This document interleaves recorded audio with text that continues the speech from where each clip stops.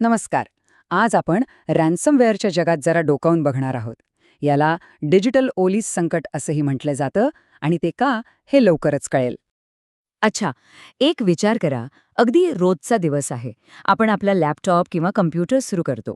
कामाला सुरुवात करायची आहे. सगळं काही नेहमीसारखं आहे. पण नेहमीचा डेस्कटॉप दिसत नाहीये. नेहमीच्या फाईल्स, फोल्डर्स, फोटोज यातलं काहीच दिसत नाही. काहीतरी गडबड आहे हे लगेच जाणवतं. आणि मग स्क्रीनवर एक मेसेज दिसतो आणि तो क्षण सगळं काही बदलून टाकतो. आपल्या सगळ्या फाईल्सना अक्षरशः कुलूप लावलं गेलंय आणि त्या परत हव्या असतील तर खंडणी मागितली जाते. चला, आता जरा खोलात जाऊन समजून घेऊया की हे रॅन्समवेअर नक्की आहे तरी काय. खरं तर हे एका प्रकारचं आधुनिक डिजिटल अपहरणच आहे.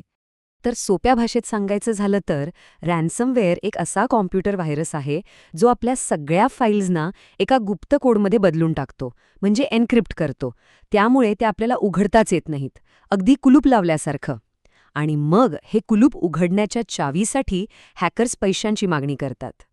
आणि यात धोका फक्त काही फाईल्सपुरता नसतो. नाही, कामाचे महत्त्वाचे डॉक्युमेंट्स, आपल्या आठवणी जपलेले फोटो, व्यवसायाचा अत्यंत महत्त्वाचा डेटा, इतकंच काय तर एखाद्या संपूर्ण कंपनीची कॉम्प्युटर सिस्टम काही क्षणात आपल्या हातून निसटून जाऊ शकते.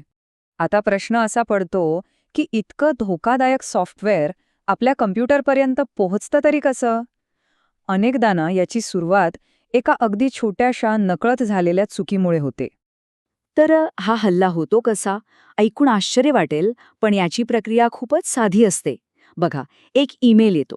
दिसायला अगदी खरा वाटतो, जसं की एखाद्या डिलिव्हरी कंपनीकडून आलाय किंवा बँकेकडून.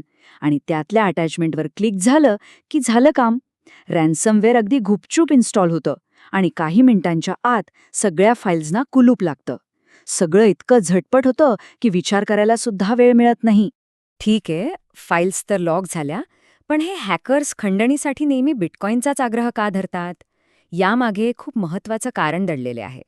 हो, हा एक महत्त्वाचा प्रश्न आहे. ते रोख रक्कम किंवा बँक ट्रान्सफर का नाही मागत? फक्त बिटकॉईनच का? याचं उत्तर त्यांच्या कार्यपद्धतीत आहे. ह्याचं मुख्य कारण म्हणजे बिटकॉईनचे व्यवहार हे जवळजवळ निनावी असतात. हे कोणत्याही बँकेच्या किंवा सरकारच्या नियंत्रणाखाली येत नाही.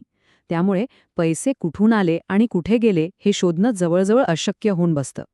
याउलट बँकेतील प्रत्येक व्यवहारावर पोलिसांची नजर असू शकते. म्हणूनच हॅकर स्वतःची ओळख लपवण्यासाठी बिटकॉईनचाच वापर करतात. आणि एक गोष्ट लक्षात ठेवणं अत्यंत गरजेचं आहे. पैसे दिले म्हणजे फाईल्स परत मिळतीलच याची काहीही गॅरंटी नसते. अनेकदा पैसे घेऊनही हॅकर्स गायब होतात आणि आपला डेटा कायमचा नष्ट होतो. आता एका खऱ्या घटनेबद्दल बोलूया, ज्यामुळे संपूर्ण जगाला रॅन्समवेअरची दाहकता काय असते हे समजलं. हा हल्ला होता वॉनाक्राय रॅन्समवेअरचा. या एकाच हल्ल्याने जगभरात तब्बल 2 लाखांपेक्षा जास्त कम्प्युटर्सना आपलं लक्ष बनवलं. विचार करा, 2 लाख! आणि हा व्हायरस कोणत्याही सीमेला मानत नव्हता. तो तब्बल 150 पेक्षा जास्त देशांमध्ये पसरला होता. एक जागतिक स्तरावरचा गोंधळ होता तो. आणि सर्वात धक्कादायक गोष्ट काय होती माहितीये? हे सगळं फक्त एका दिवसात घडलं. मे 2017चा तो दिवस इतिहासातील सर्वात मोठ्या सायबर हल्ल्यांपैकी एक म्हणून ओळखला जातो. ह्या हल्ल्याची सर्वात मोठी आणि भयानक किंमत ब्रिटनच्या राष्ट्रीय आरोग्य सेवेला म्हणजे त्यांच्या NHSला चुकवावी लागली. रुग्णालयांमधले कम्प्युटर्स लॉक झाले. डॉक्टर रुग्णांचे रिपोर्ट्स पाहू शकत नव्हते. अपॉइंटमेंट्स रद्द कराव्या लागल्या. इतकंच नाही तर महत्त्वाच्या शस्त्रक्रियासुद्धा पुढे ढकलाव्या लागल्या. याचा थेट परिणाम लोकांच्या जीवावर झाला. एवढंच नाही तर फेडेक्स आणि निशानसारख्या मोठमोठ्या कंपन्यांनाही या हल्ल्याचा जबरदस्त फटका बसला आणि त्यांना कोट्यावधी रुपयांचं नुकसान सोसावं लागलं. हे सगळं ऐकून भीती वाटणं साहजिक आहे. पण चांगली बातमी ही आहे की आपण काही सोप्या गोष्टी करून स्वतःला या मोठ्या धोक्यापासून वाचवू शकतो. चला पाहूया कसं. यासाठी काही मूलभूत पण अत्यंत प्रभावी सवय लावणं गरजेचं आहे. कुठल्याही अनोळखी ईमेलमधली अटॅचमेंट किंवा लिंक उघडू नका. आपलं सॉफ्टवेअर नेहमी अपडेटेड ठेवा. एक चांगला अँटीव्हायरस वापरा. आणि हो, सगळ्यात महत्त्वाचं, आपल्या फाईल्सचा नियमितपणे बॅकअप घ्या. आणि इथेच बॅकअपचं खरं महत्त्व कळतं. जर आपल्याकडे आपल्या डेटाची एक वेगळी, सुरक्षित कॉपी असेल तर रॅन्समवेअर हल्ला झाला तरी हॅकर्सना एक पैसाही देण्याची गरज पडत नाही. आपण सरळ कॉम्प्युटर फॉर्मॅट करून बॅकअपमधून आपला सगळा डेटा सहज परत मिळवू शकतो. पण एक गोष्ट नेहमी लक्षात ठेवायला हवी. एवढा मोठा विनाश घडवण्यासाठी कधीकधी फक्त एक चुकीचा क्लिक पुरेसा असतो.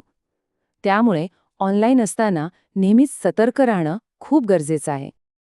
आणि शेवटी हाच विचार महत्वाचा आहे. सायबर हल्ल्यातून सावरण्यापेक्षा तो होऊच नये यासाठी प्रयत्न करणं केव्हाही सोपं आणि चांगलं. आपली डिजिटल सुरक्षितता ही दुसऱ्या कोणाची नाही तर आपली स्वतःची जबाबदारी आहे. त्यामुळे पुढच्या वेळी एखाद्या अनोळखी लिंकवर क्लिक करण्याआधी क्षणभर थांबा आणि विचार करा, या एका क्लिकची किंमत काय असू शकते.